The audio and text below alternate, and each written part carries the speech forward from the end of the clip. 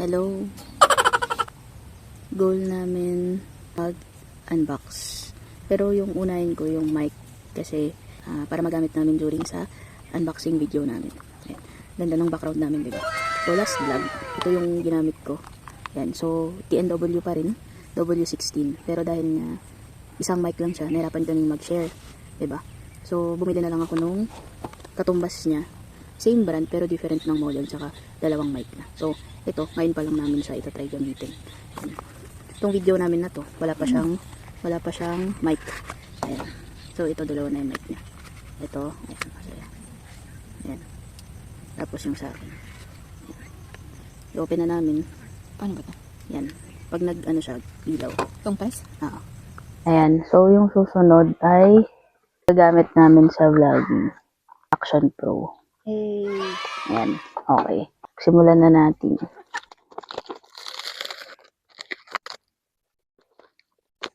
Gamitin natin ito.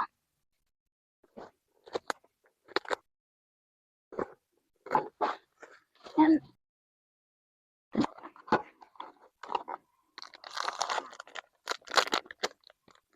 Yes, yung camera. Yung mismo. Type-C charger. Ito. Battery. Hindi ko alam kung para saan yan. Then ito ay mount pa rin yata. No, so hindi ko alam kung. So ito palang binili namin ay ano lang. Yun yung naka-sale. Yan. So lagyan natin ng battery. Baliktad.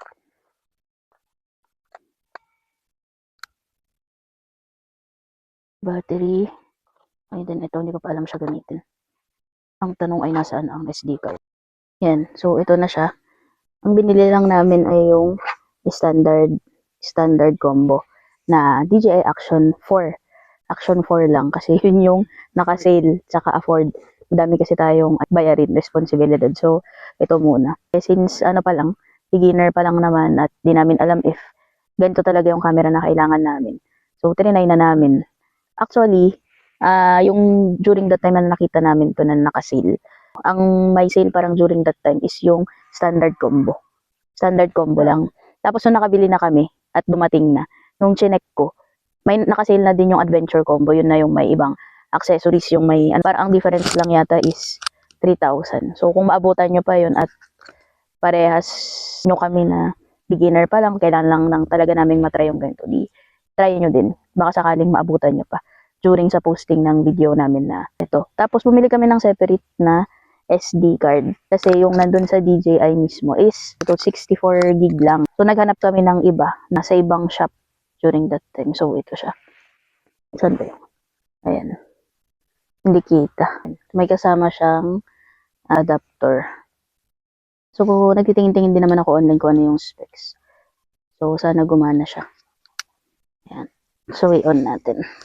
So, kailangan muna nating mag-set up. Saglit lang. So, ayan. Tapos na tayong mag-set up. And ngayon, tatry natin na mag-shoot gamit yung ito. Sabay namin siyang i-shoot. Hello. Hello. Try lang natin yung difference niya. Okay. A few moments later. Yun. meron na kaming action camera magagamit. Yung accessories sa susunod na pag-iipunan muna uli. Masaya ka naman. Okay na. Wala naman tayong ipon, puro camping gears. Tutubi. At after maging feeling endorser, mag-feeling chef naman tayo.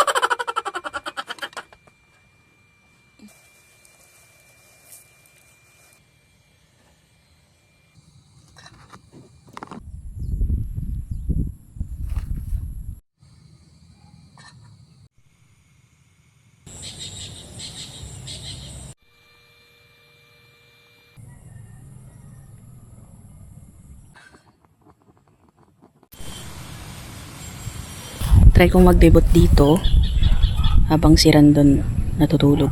Pagod daw siya. Sobrang lawak dito sa farm na ito. So makikita nyo, no? Malawak pa. Actually, nakapunta na kami dito. Hindi ko lang alam kung anong taon. Pero kaka-start pa lang nila nun. Tsaka detour lang kami nun. Dumaan lang kami. Hindi ko na maalala kung paano namin nalaman yung about dito. Yung mga cottages na yun, wala pa. So far, yung cottage na nakita namin is dalawa. Yan. So papakita ko muna sa inyo yung lugar gamit tong action camera. Check din natin.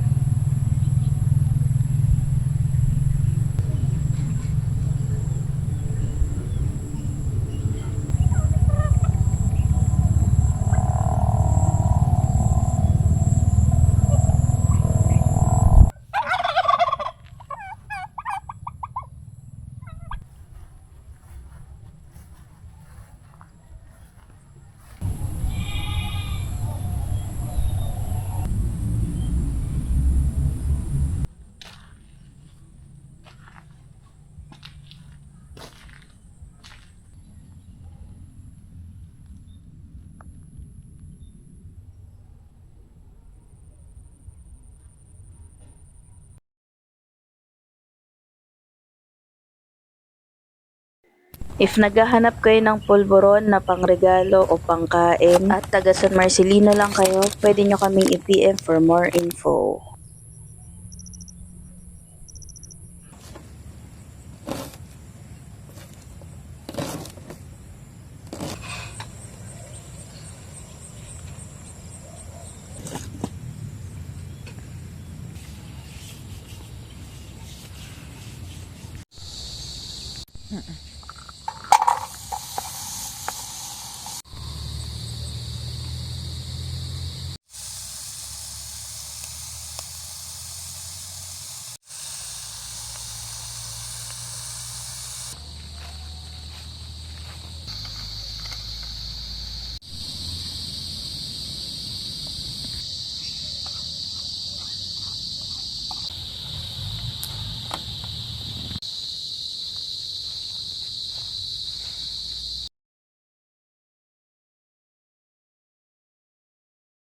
Ngayon namin to bubuksan.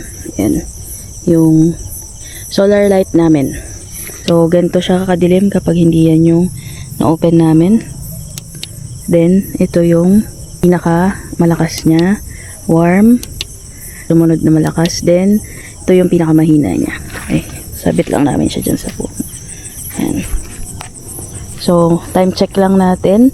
Anong oras? 6:50? 7:40. Ay, 7:40 daw. So, time check natin 7:40. Check natin siya from time to time. Kalimutan namin hanginan yung unan kanina. So, meron naman na kaming isang pwedeng self-inflatable na unan. Wala pa kami nung dalawa. Kaso ito, galing dun sa airbed namin. Kailangan to ng pump. Yan. May dala kaming electric pump. Yan. Yan yung connector niya. Siguro, next camping dapat dalawa na yung self-inflatable na unan namin para no need na magdala ng ganito. Ayan, may kailangan na namang i-check out.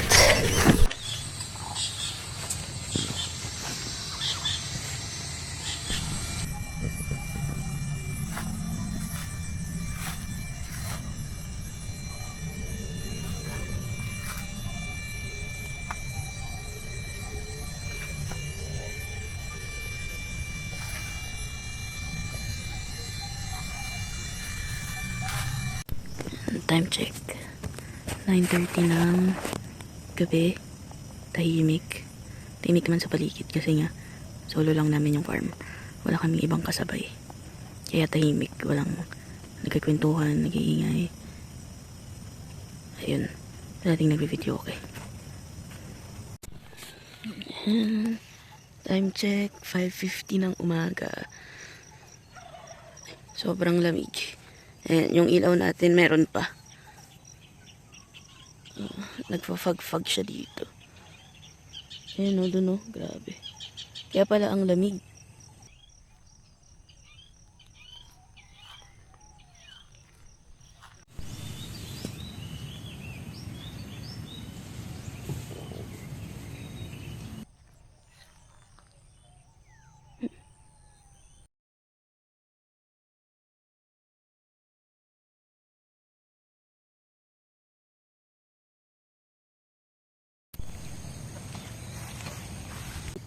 Pizza. Ako makita kung naka-on.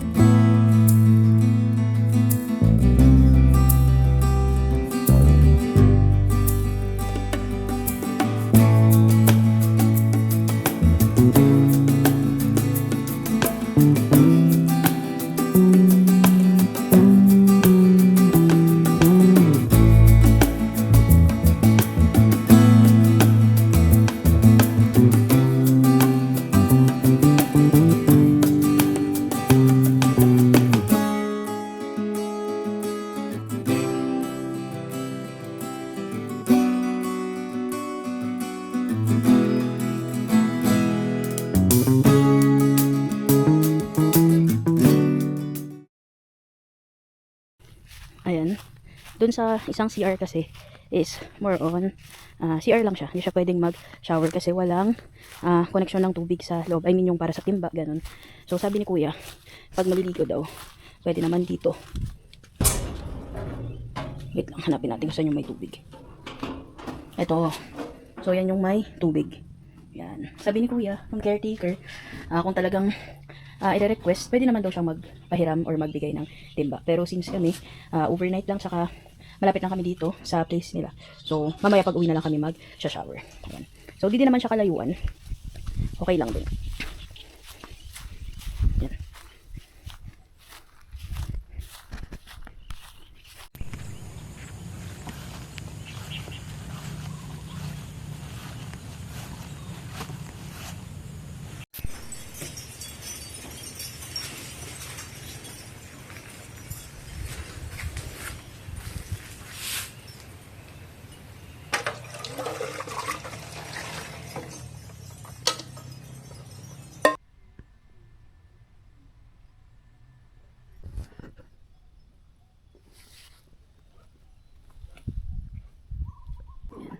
Yan yung inaantay namin clouds na pumunta dito para makapag-break camp na kami.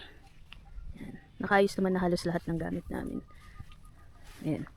So, konting ayos na lang ito. Makakauwi na din mamaya-maya.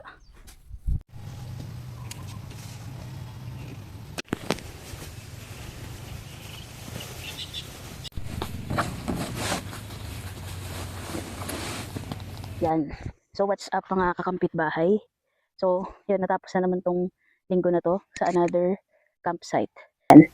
So, naputol kasi dumating yung caretaker. So, tinanong lang kami kung kamusta yung experience, saka kung anong oras ba kami aalis kasi nga parang lalabas yata siya saglit. So, nagbayad na kami. Ayun nga, isa pa sa topic namin. Ano siya? Affordable siya. No? Kasi 150 per head pala. Sorry, nagkamali pa ako kanina kasi nabigay ko kay kuya. 150 lang, dalawa kami. Diba? Parang ang kapal naman ng mukha ko. Buti na lang sinabi naman niya na ano ko lang, ano tag ito? Nakaligtaan ko lang naman na yun nga, per head niya pala. Ako lang yung sarili ko lang yung binayaran ko. Hindi ko siya sinama. So, ayun nga. So far sa experience namin, okay naman siya. Maganda yung place, tahimik. Excited kami sa magiging improvement ng farm na ito, lalo na sa camping side. Sa mga curious dyan kung nasaan kami ngayon, nandito kami sa De La Liana Farm, dito sa Castillejos, Zambales. Kita-kits po tayo sa next camping. Bye! So that's it, Pansit, mga kampit bahay. Samahan nyo ulit kami next week kasi babalik kami ng Palawig. Pero this time, bagong spot, bagong adventure at syempre, gagamitin na natin ang bago nating tent.